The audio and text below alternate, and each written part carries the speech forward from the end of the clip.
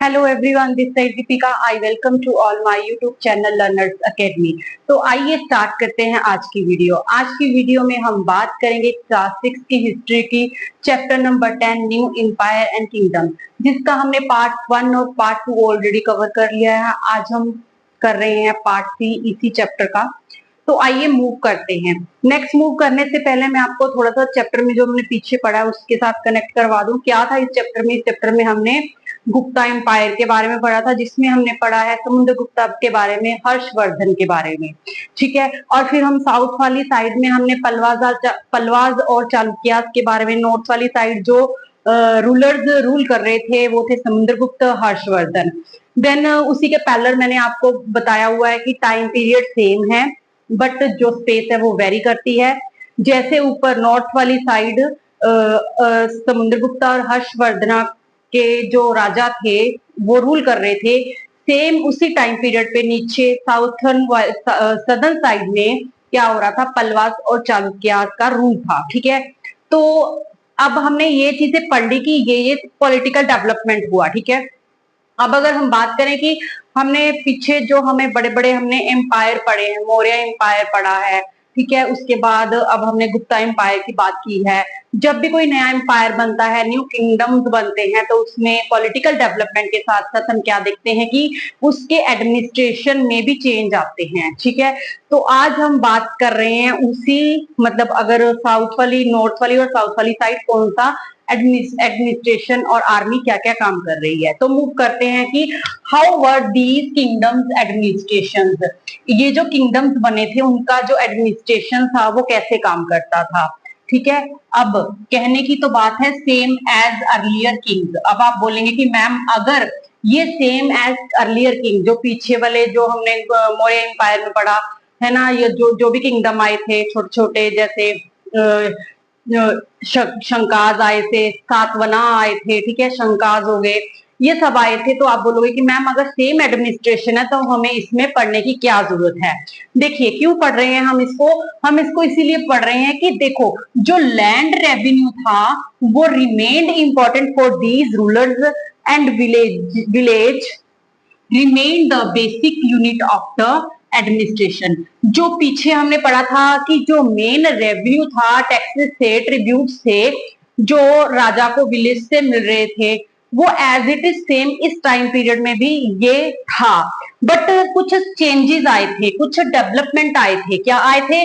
वो डेवलपमेंट ये थे कि किंग ने न्यू न्यू चीजें अडॉप्ट की थी, न्यू न्यू स्टेप्स में उन्होंने फॉलो किए थे। क्या किए थे? Kings adopt a number of steps to win the support of the man who were powerful. क्या किया था? अब आपको इस लाइन को अच्छे से समझना है, मैं आपको अच्छे से एक्सप्लेन करती हूँ, इस लाइन को ध्यान से सुनिएगा। क्या है कि पिछले टाइम में विलेजेस से राजा क्या करते थे, टैक्सेस वगैरह कलेक्ट करते थे, ट्रिब्यूट्स होती थी, है ना, तो उसके थ्रू वो अपना आगे का काम, जो भी काम वगैरह होता था, चलाते थे। ठीक है। बट इसमें कुछ नई चीजें ऐड की गई थी। क्या थी?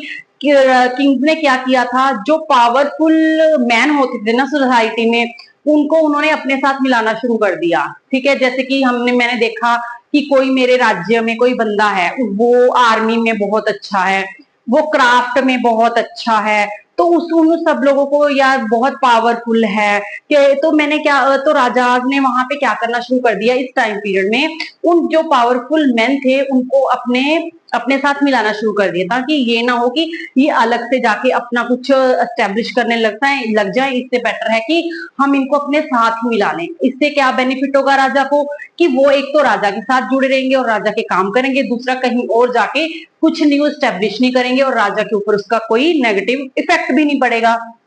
ठीक है। तो जो पावरफुल मैन थे उनको उन्होंने अपने साथ मिलाना शुरू कर दिया, ये स्टेप उठाना शुरू किया किंग्स ने। ठीक है। कैसे किया? Some important administration post were now hereditarily. सबसे पहले, पर क्यों किया इन्होंने? क्यों किया? क्योंकि इन्होंने ऐसे किया, ये सब इन्होंने इसलिए करना शुरू किया क्योंकि जो जो ये इन्होंने पोस्ट वगैरह थी ना, इनको हेरिडिटिकली करना शुरू कर दिया। मतलब आज अगर किसी का बेटा पोइट का भी है, तो कल कोई पोइट का भी है दरबार में राजा के, तो कल उसका बेटा, फिर उसके आगे उसका बेटा, फिर उसके आगे उसका बेटा पोइट कवि का ही काम करेगा। तो इससे क्या होगा, देखो आपकी बुक में इसकी एडवांटेज भी बताई है, डिसएडवांटेज भी बताई है कि क्या है। पहले हम बात कर ले एडवांटेज की। एडवांटेज की बात करें कि अगर हेरिडिटिकली होगी पोस्ट तो क्या होगा, तो जो राजा को इजी होगा, आगे जाके किसी को काम नहीं सिखाना पड़ेगा, है ना। तो वो एक पोइट कवि होगा, तो उसका पोइट कवि का बेटा जब उसके साथ रहेगा तो नेचुरल सी बात है वो उसका काम सीखता जाएगा। एग्जाम्पल लेते हैं हम आजकल के टाइम की। क्या एग्जाम्पल लेंगे, एक अकाउंटेंट की ले लो, सपोज किसी के फादर अकाउंटेंट हैं, तो वो क्या करेंगे, वो सोचेंगे क्यों ना मेरा बेटा या मेरा बच्चा मेरे साथ साथ यही काम सीख ले, तो आगे चल के इसको आसानी होगी। ठीक है, ये तो होगी इसकी एडवांटेज। और डिसएडवांटेज क्या हुई कि आप देखेंगे कि आगे चल के यही जो अपना आपको पावरफुल बना लेते हैं, ठीक है, हेरिडिटिकली आगे आ रहे हैं, जब इनका मतलब जो रूलर होते हैं ये थोड़े से वीक होने शुरू कर देते हैं, कोई भी राजा इनके ऊपर अटैक करना शुरू कर देता है, तो ये जो निकल के आते हैं ना, कोई मिनिस्टर वगैरह कुछ भी, तो ये राजा उनको उनके साथ मिलकर राजा को हरा के अपना राज्य स्टेब्लिश करना शुरू कर देंगे। ये इसकी एडवांटेज होगी। ठीक है, तो आइए टॉपिक की ये तो मैंने आपको थोड़ा सा हटके बताया कि क्या एडवांटेज और डिसएडवांटेज हो सकती हैं, बट अब हम आते हैं टॉपिक के ऊपर। क्या है, कहते some important administration post were now hereditary. Hereditary पे आधारित कर दी, जैसे the poet Harisena was Mahadandanayaka, जिसे कि क्या कहा जाता था, चीफ जस्टिस ऑफिसर कहा जाता था, लाइक हिज फादर। ठीक है, मतलब हरिसेना से पहले हरिसेना के फादर जो थे वो भी क्या थे, पोइट कवि थे हर्षवर्धना के टाइम पे। ठीक है, और इसको उस टाइम पे महादंडा नायका की पोस्ट के नाम से जाना जाता था, जिसे क्या कहते हैं, चीफ जुडिशियल ऑफिसर भी कहते हैं। ठीक है, नेक्स्ट देखते हैं कि sometime one person held many officers. अब क्या होता था, कई बार क्या करते थे, एक ही पर्सन को काफी ज्यादा पोस्ट दी जाती थी, मतलब वही पोइट को भी होता था, वही मिनिस्टर होता था, वही क्या होता था, कोई और कामकाज भी उसको संभाल दिया जाता था, मतलब एक ही बंदा अलग अलग पोस्ट का काम कर रहा है। ये भी हम देखेंगे, जैसे बिसाइड बीइंग अ महादंडा नायका, जैसे कि हरिसेना महादंडा का नायका तो था ही, साथ साथ में हरिसेना वाज क्या था, कुमार अमत्या भी था, जिसका मीनिंग क्या है, मिनिस्टर एंड संधि विग्रह का। ठीक है, जिसका मीनिंग है minister of war and peace. ठीक है, यहाँ पे हरिसेना क्या था, कुमार अमत्या था, जिसका मतलब था मिनिस्टर। ठीक है, और दूसरा संधि क्या था, विग्रहिका, जिसका मीनिंग क्या है, वॉर एंड पीस का मिनिस्टर कह लो। मतलब इन तीन, मतलब एक पर्सन उसके पास तीन तीन पोस्ट, एक तो पोइट कवि हो गया, दूसरा क्या हो गया, दूसरा हो गया अमत्या। ठीक है, तीसरा क्या हो गया, विग्राहिका। ठीक है, तीन पोस्ट होगी ना एक ही बंदे के पास। देखो, महादंडा नायका की होगी, सेकंड नंबर के कुमार अमत्या की होगी, और थर्ड नंबर पे संध्या क्या हो गया, विग्राहिका की भी होगी। ठीक है, मतलब तीन तीन पोस्ट एक पर्सन संभाल रहा था इस टाइम पे। और इसके अलावा और क्या हो रहा था, important man probably had a से इन लोकल एडमिनिस्ट्रेशन।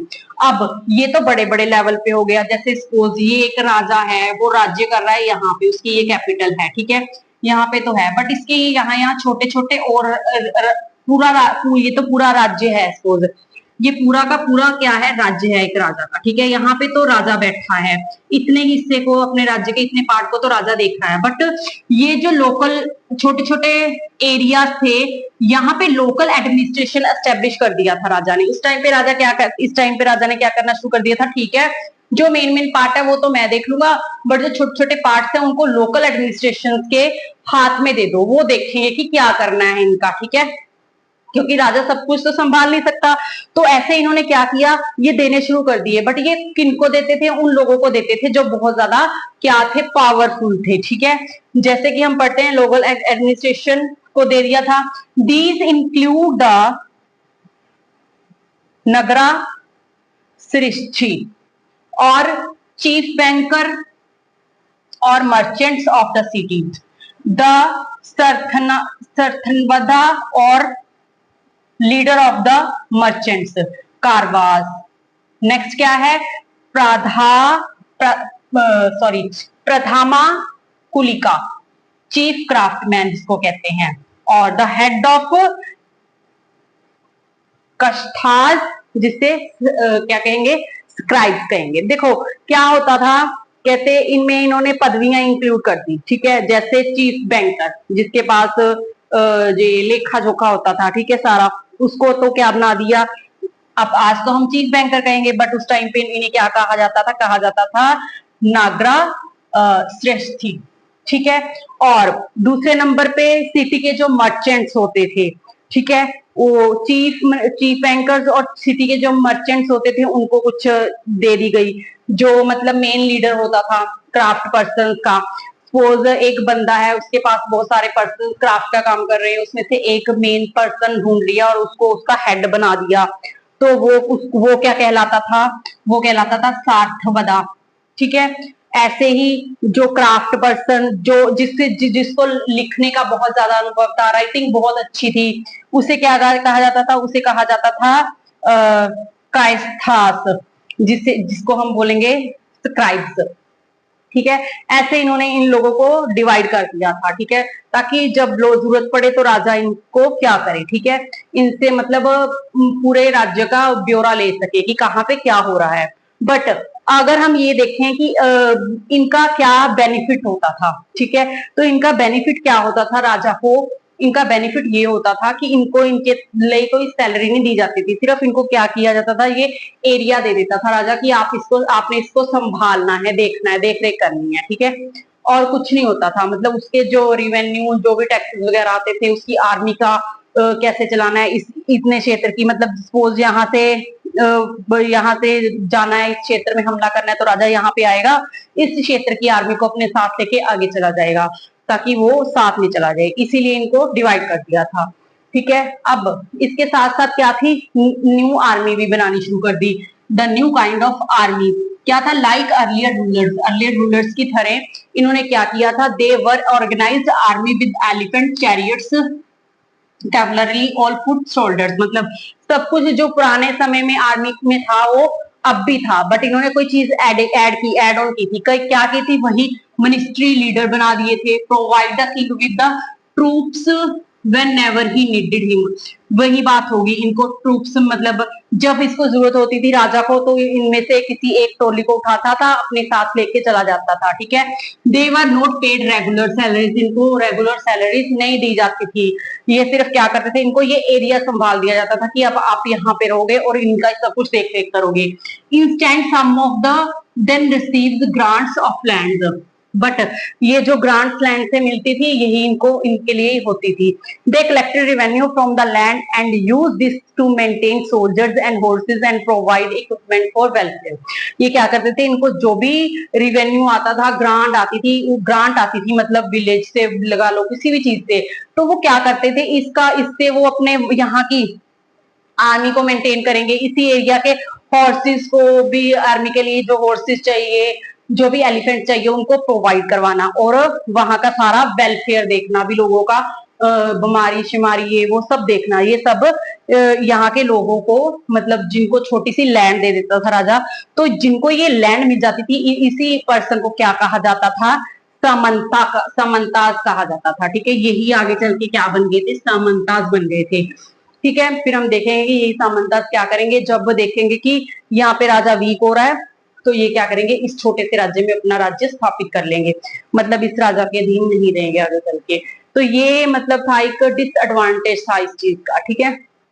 नेक्स्ट आ जाओ, ये तो हमने बात कर ली नॉर्थ साइड की, अब आते हैं हम सदर्न साइड में। सदर्न साइड के क्या है, assemblies in southern sides, kingdoms, ठीक है। जो सदर्न साइड के जो किंगडम्स थे, वहां पे असेंबलीज स्टेब्लिश होती थी, असेंबलीज ऑर्गेनाइज होती थी। असेंबलीज मतलब वो वाली असेंबली नहीं जो आप स्कूल में जाते हो, सुबह प्रेयर वगैरह करते हो, वो वाली नहीं।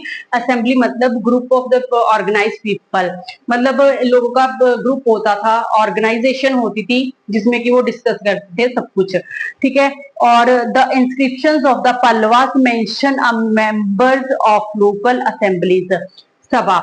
तो जो हमें पल्लवास के टाइम पे क्या, पल्लवास का टाइम पीरियड के बारे में हमें इंस्क्रिप्शन से पता चलता है ना, ये हम पहले पढ़ चुके हैं। तो उसमें उन्होंने क्या कहा है कि जो असेंबलीज होती थी उन्हें क्या कहा जाता था, सभा कहा जाता था। सभा मतलब क्या था, एन असेंबली ऑफ द ब्राह्मण लैंड ओनर्स।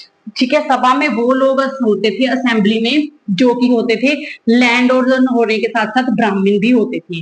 ठीक है, तो इनका काम क्या होता था, इनका वर्क होता था इरिगेशन को देखना, एग्रीकल्चर को देखना, ऑपरेशंस को मेकिंग करना, रोड्स को देखना, लोकल टेम्पल्स वगैरह को कैसे एस्टेब्लिश करना है। ठीक है, आप समझ ही गए होंगे इरिगेशन का मतलब सिंचाई वगैरह का देखना, एग्रीकल्चर मतलब एग्रीकल्चर को देखना मतलब ये नहीं देखना जाके मतलब वहां पे खाद कूद ये किसान सब अच्छे से काम कर रहे हैं नहीं कर रहे, इसका एग्रीकल्चर का ऑपरेशन करना। ठीक है, मेकिंग रोड्स, जो भी है जगह है उस पे रोड वगैरह बन रही है अच्छे से, लोकल टेम्पल्स वगैरह बने हुए हैं नहीं लोग एक्सेट्रा, मतलब ये सब बेसिक चीजें यहाँ के लैंड ओनर देखते थे जिन्हें सभा कहा जाता था। ठीक है, इनका काम होता था जिसमें ब्राह्मण लैंड ओनर्स शामिल होते थे।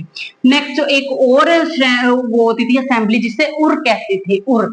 ठीक है, उर का मतलब क्या हुआ, a village assembly found in area where were landowners were not Brahmin. ठीक है, विलेज के वो लैंड ओनर्स आते थे, वो ब्राह्मण नहीं होते थे। क्या होते थे उसमें, क्षत्रिय हो जाएंगे, शूद्र हो जाएंगे, वैश्य। इस टाइम पीरियड में हमने देखा है कि अर्ली वैदिक पीरियड में या वैदिक पीरियड में वैश्य जो होते थे वो उनके पास कोई लैंड वगैरह नहीं होती थी, मतलब वो तो अलग ही काम करते थे। ठीक है, सिर्फ जो क्षत्रिय होते थे, ब्राह्मण होते थे या फिर वैश्य होते थे उनके पास छोटी मोटी मतलब जमीन वगैरह होती थी। ठीक है, तो विलेज के वो असेंबली को उर कहा जाता है जहां पे ब्राह्मण ना होके क्षत्रिय या वैश्य लोग जिनके पास लैंड होती थी उन्हें उर कहते थे। और नेक्स्ट है नागाराम। नागाराम मतलब an organisation of merchant, merchants की मतलब व्यापारियों की वो organisation. It is likely that these assemblies were controlled by rich और powerful land owners and merchants. ये असेंबली किसके द्वारा कंट्रोल की दी जाती थी, लैंड ओनर्स के, रिच पर्सन के द्वारा, मर्चेंट्स के द्वारा और लैंड ओनर्स के द्वारा। ठीक है, ये बहुत पावरफुल होते थे। अब इन सब चीजों का तो हमें यहाँ से पता चलता है।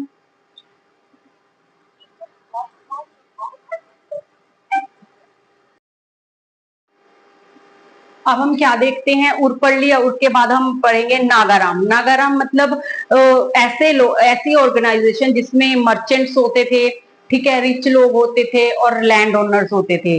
ठीक है, an organisation of merchants, it is likely that these assemblies